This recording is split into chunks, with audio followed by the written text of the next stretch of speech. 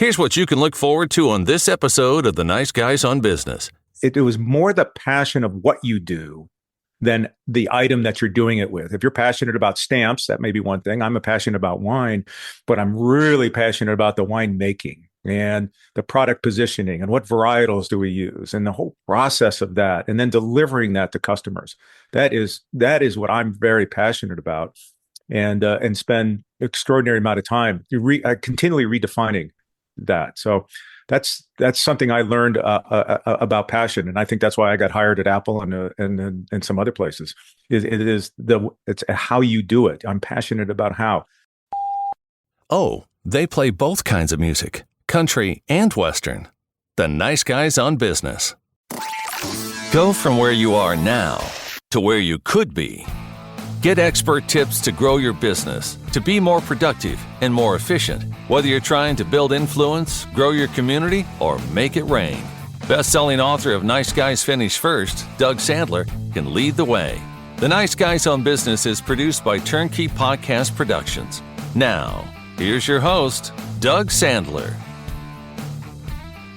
All right, spanning a career and passions from tech to winemaking, California native Barry Waitte has built himself a very interesting and highly successful path to good fortune. Now, selfishly, I invited this winemaker onto the show as an excuse to talk about wine and business, two of my favorite subjects. Now, his lifestyle has Napa Valley attitude written all over it. I'm excited to chat. Barry Waitte, welcome to the podcast. Oh, nice to be here, Doug. Thank you.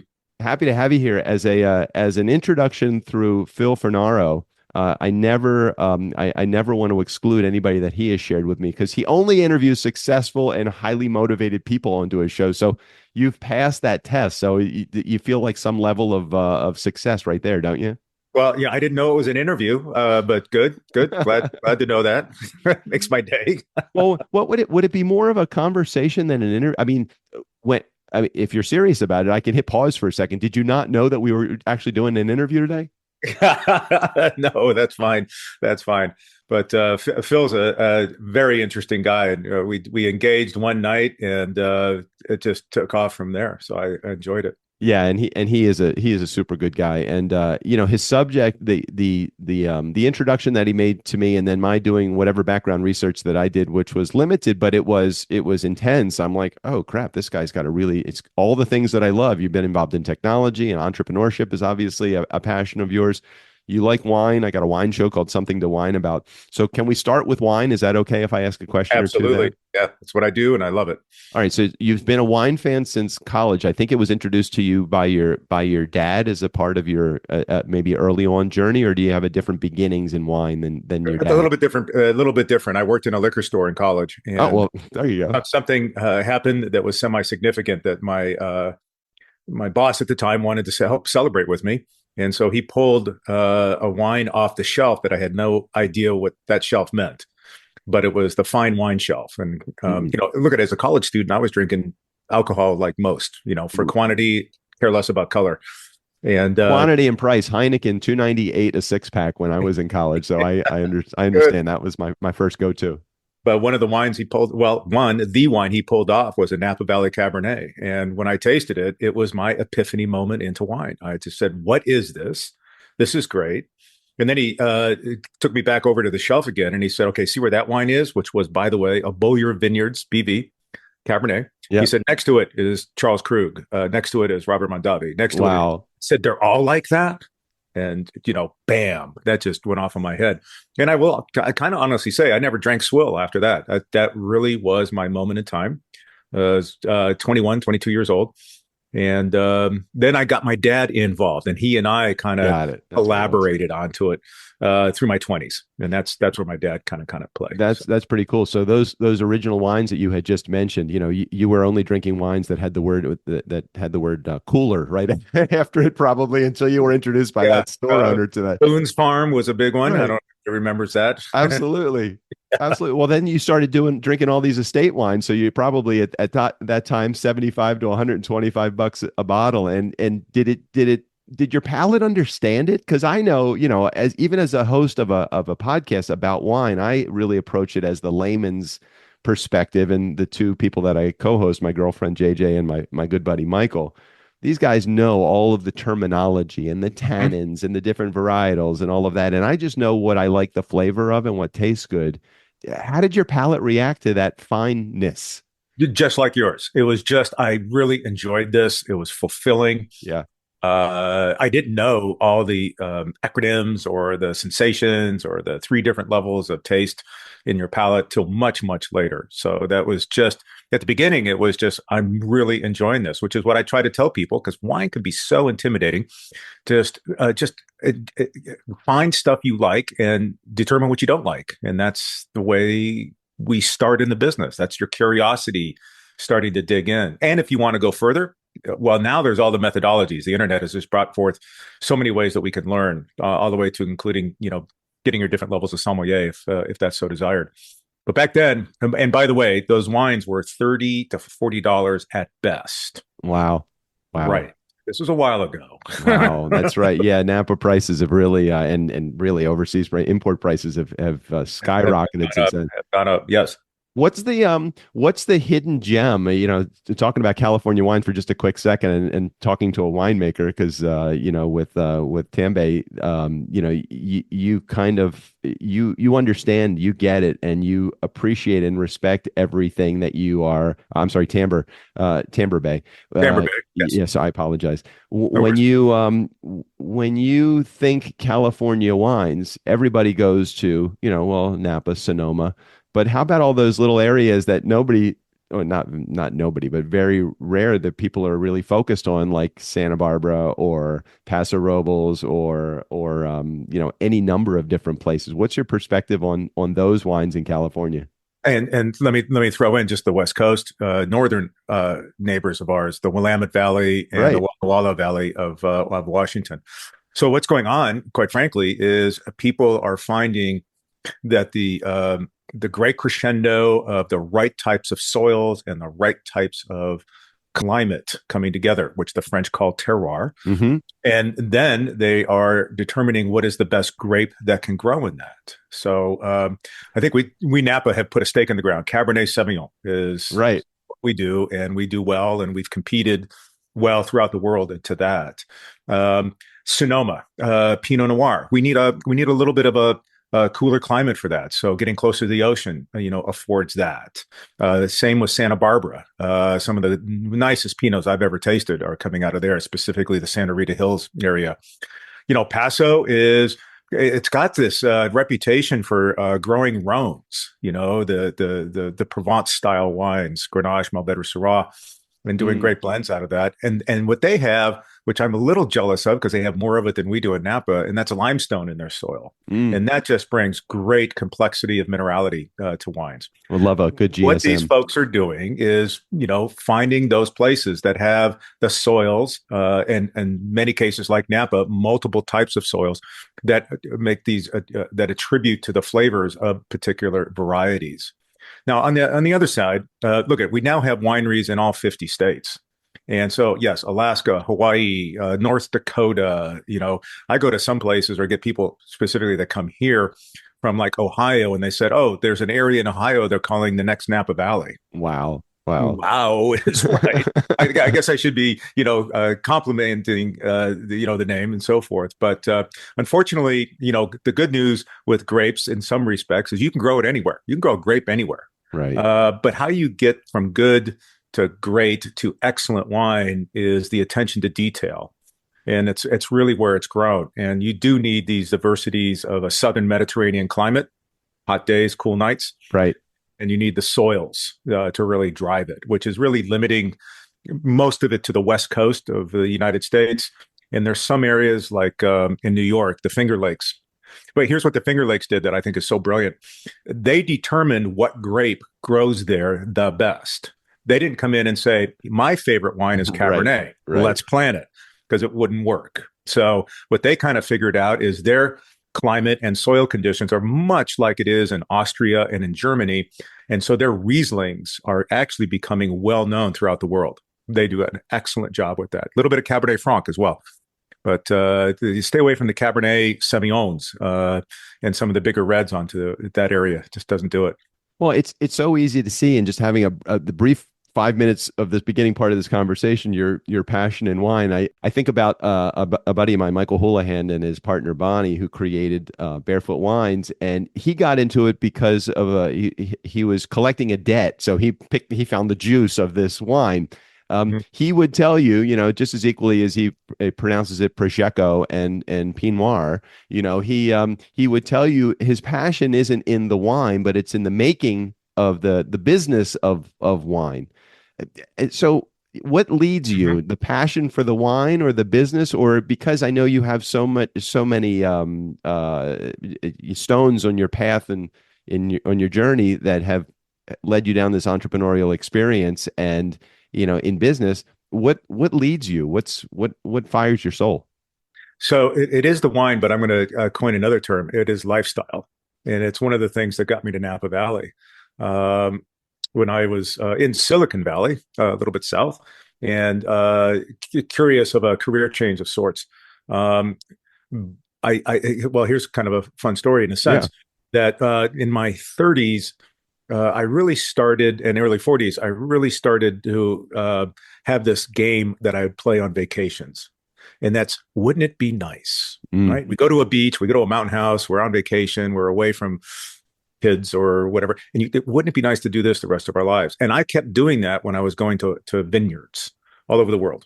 But Napa Valley was something I was very familiar with. And so I came up here for lifestyle, wanting to participate into the wine industry, but not knowing exactly what that was going to look like. That didn't stifle me. I just quit my job in 1999. Was a CEO of a company in Silicon Valley. And in Boston, had two offices. And I just came to Napa, picked up all my toys and came up here. And then said, okay, now what? Now what do we do? And it was a curious path. Now, I'll suggest that me being in the wine business was more of a professional hobby at the beginning, but I was enjoying this Napa Valley lifestyle. But that just kept going. And all of a sudden, I felt like I had a hobby that went awry. It went way too big. And I had to have a serious conversation with my wife, but it was a fun one. And I actually said to her, I got another fight left in me. Let's go for this. Let's make this a real deal. Well, and I tell you, what I've created today at Tamber Bey is far beyond my expectations when I came up here. Yeah, and just looking at your website, it's impressive. I mean, it's a multi-pronged approach to not only wine making, but the passion of wine. And I want to talk about Tamber Bey just a moment, but I want to go back to a couple of things that you had said, because you mentioned your start in the tech world. Now, you were on Apple's payroll pretty early on in the game. I think 1982 was the era, somewhere around there, and it was around the Apple II era, if I remember correctly. Exactly right. Tell us about that experience, because I'm sure that's fascinating to many people. It's like, hey, I was one of the first X amount of employees at Facebook. You were pretty early on in the run of Apple. Talk about that. Yeah, but back then, 1980, so when I started there, Apple was a very small company, kind of unknown. And but how I got to that, I graduated in finance and accounting. And I didn't want to do that. So when I got back home, so to speak, because I was born and raised in the Bay Area, I was really enamored in college with computers, just this notion that these machines can solve problems. That was just fascinating to me. Now, this is 1980. We didn't have little computers. These were big machines. Right.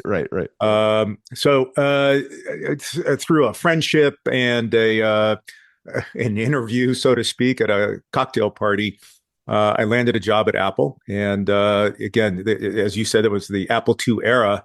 Had some really good success there. Was part of the Macintosh development team, intro to Mac. And, for those first 5, 6, 7 years, that was just a fantastic ride of a young kid. Right. That was convinced that we could change the world. And that's what Steve brought to the party. Well, I was a big fan of Mac. I remember I had the Mac 512K. Okay. And that was the second release, by the way, because the first one, I don't know if your audience will remember, but it was the 128K.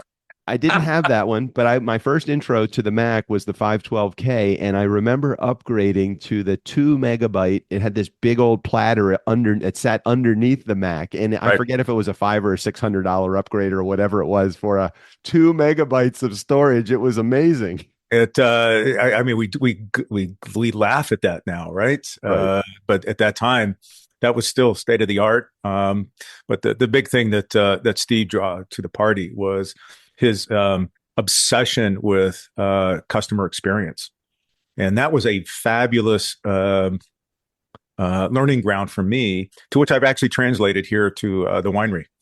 All We right, can let's sell make wine all day long, but the customer experience to me is what really kind of differentiates us from all the other, not all, but a lot of the other Napa wineries, which, by the way, we're all good up here. There's hardly any dogs.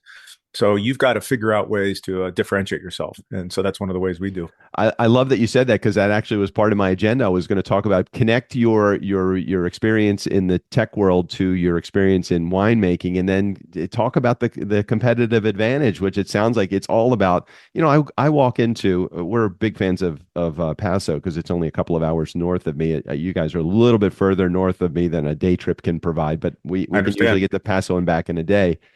And you walk into some of these wineries, and they where they're growing there also, and the experience is paramount. I mean, without the experience, I don't find myself buying the wine. When you have kind of a little bit of a, ego when you walk into the tasting room, you feel like I don't feel comfortable there. I want an experience that, yes, I can learn about the wine. So you can talk to me like I don't know anything about wine, totally fine. But at the same time, it's inviting, and they want you to be there. You walk into a place like, I don't know, Tobin James, which has a huge membership, and you feel like you're immersed in this culture. I imagine that there is a number of places that you don't feel that way when you go there in Napa, but it sounds like you've created this customer experience that is paramount as well. You kind of nailed one thing, is that it's a very competitive space. This is one of the most dense areas on the planet that has wineries. Napa Valley, 30 Yeah. miles long. There's probably 400 to 500 facilities you can go to. I know it. Big and small, and we're very far north, so people don't necessarily just drive by us and want to come in. So we're a destination in Yes. itself. So creating this whole aura of what people can experience.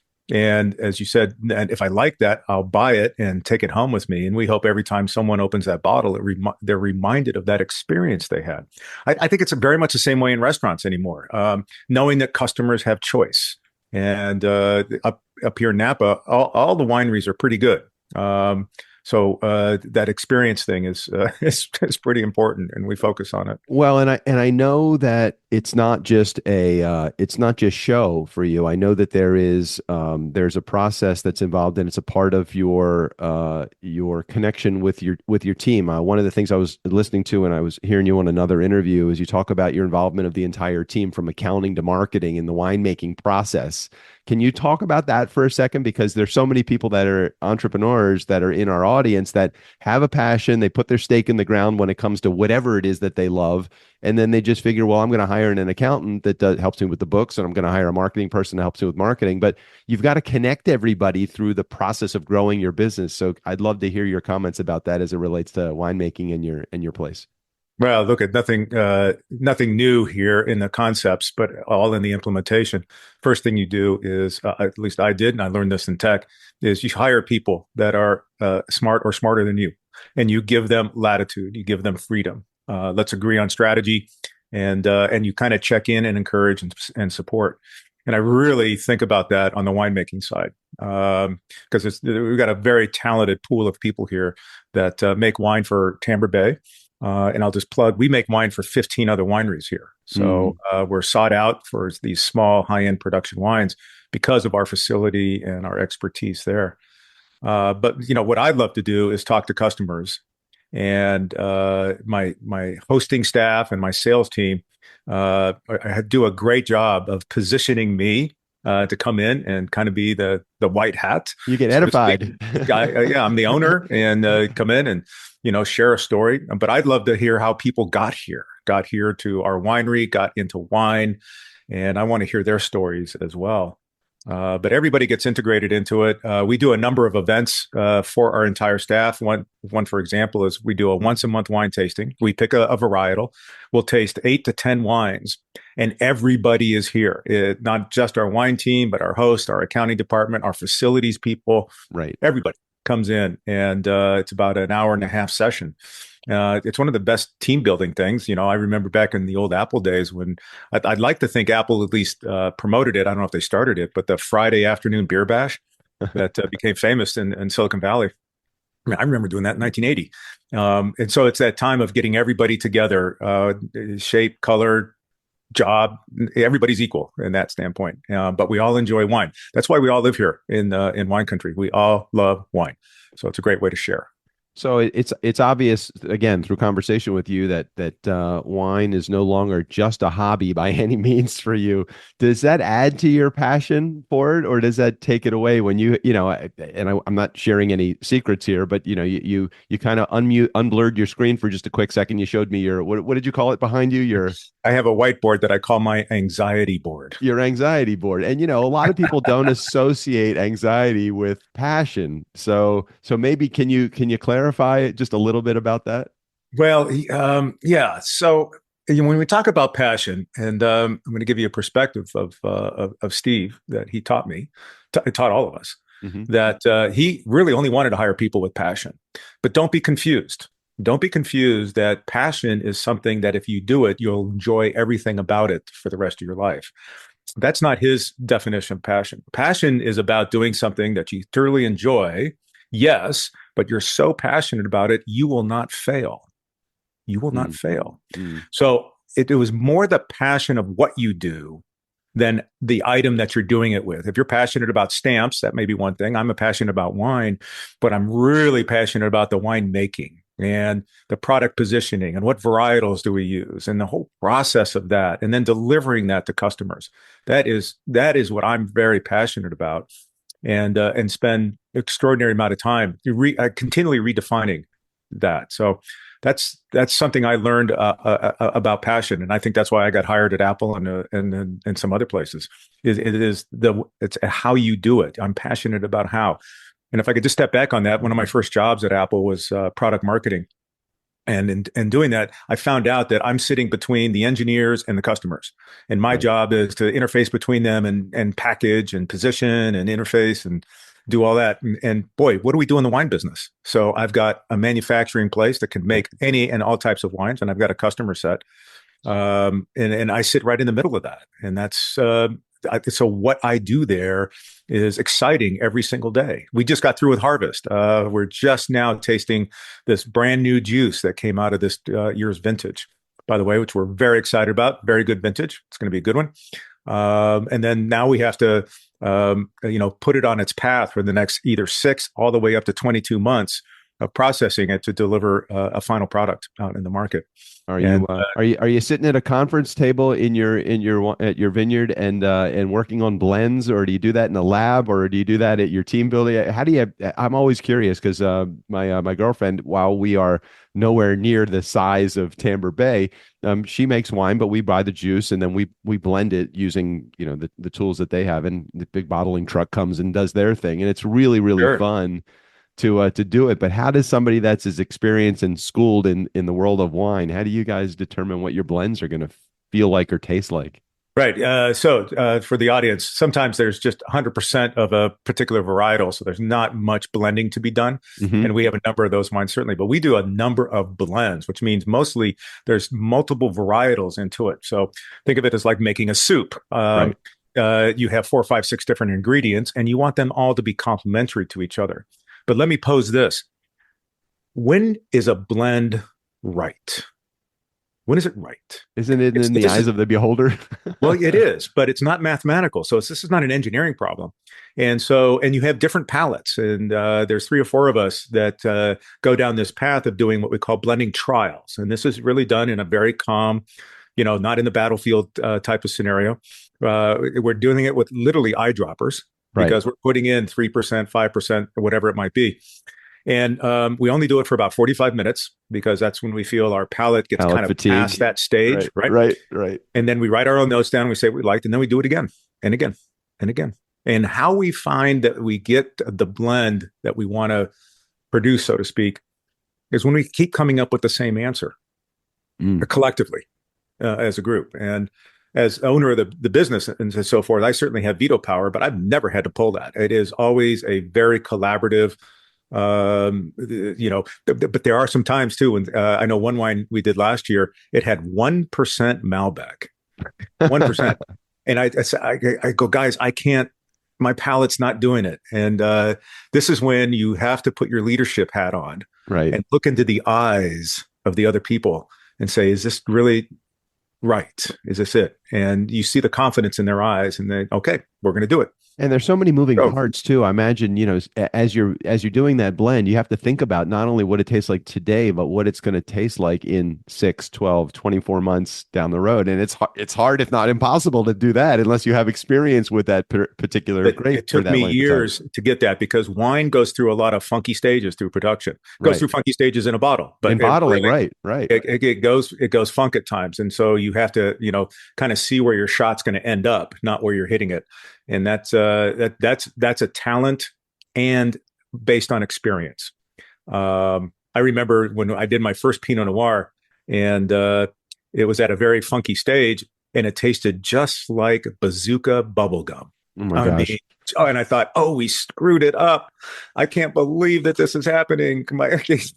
Supposedly I paid a lot of money for the juice that wasn't coming from one of my vineyards. And then one of my consulting winemakers said, just calm down. This is where it's going to be. It's going to go here. But those early days were fascinating, frustrating, anxiety-ridden, and which actually takes me down a little path of something I think you might find interesting. Sure, too. And that is, what happens when you go from something you did for 10, 20, 30 years, and you do something completely new in a new place and everything else. Well, look at, and I was in tech for about 22 years.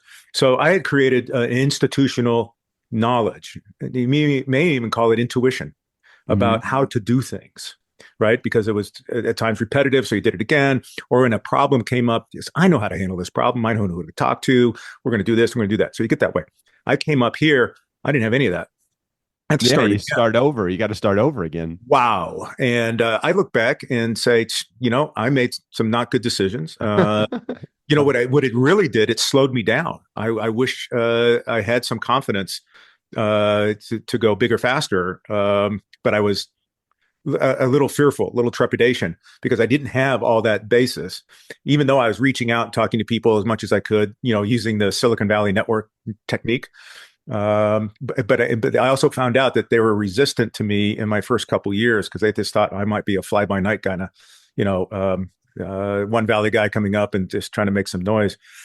There's a saying up here in Napa Valley, and I'm sure in other wine areas, that you are really accepted when you're acknowledged as a steward of the land. Okay. And, there's longevity into that. There's sustainability into that.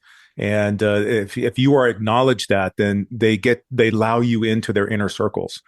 And it took me a while to get there. And I kind of understood it. I didn't like being an outsider, but it took about 5 or 6 years before I started breaking down those barriers. But now I've been here 25 years, so I don't know. Well, you've earned the right then. You've earned it. You've earned it. For those in our community that are interested in getting more information about how you do what you do in winemaking, is it just tamberbey.com, and we'll put a link in the show notes? Anything else that we should be including? That's it. Tamber Bey. Just got to spell it right. TEAMBERBEY.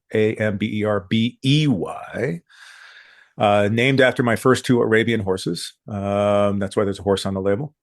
And yes, the website I think is pretty good. So excellent, and it is a great website, and you can look at all of the different varietals right there on the website as well. I would be remiss if I did not mention that you and your wife Jennifer have been together since 2007. So who inspires who, or who motivates who in your relationship? Well, what's interesting about our relationship is we, of course, live together. We work together. She's full-time director of marketing. And we also have a sport that we play, or have played, and continue on just with horses.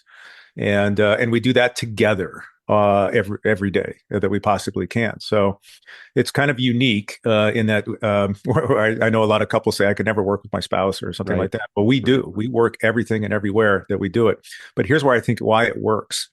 We both have respect for each other in a very particular area of their expertise. Now, in my case, it's wine. So even though she's director of marketing, I think she really attunes to my leadership and my direction and the things we do.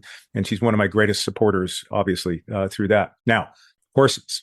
My wife is one of the best equestrian people in the United States, and her care and her knowledge and everything about horses. Now that I've even been on a horse for 25 years, if she tells me I'm leaning to the left on a saddle or something like that, I listen. This girl knows what she's talking about. And so look in both categories, that's where we have our self-esteem, and we recognize that with each other. And we let that person have that leadership role. Now, we do something else together almost 5 times a week, and that is we cook dinner together. And this is where it's equal ground. It's equal ground. I will suggest I do a lot of the prep because I like working with knives, but we're in there together, and it's actually one of the great bonding things that gets us away from these things that we A, may be passionate about, but B, overwhelmed with. And it's just the fun of cooking. It's actually, you think about it, we're going to cook for a half hour to an hour for a dinner, and then we eat it in 7 minutes. So it's actually the cooking process that is so fun and bonding for us. Well, that's the journey, not the destination as well. Bingo. It's as it is in winemaking, it is in cooking as well. Yep. That's absolutely the case. I love that expression. Again, I think Steve made it very popular. The journey is the reward.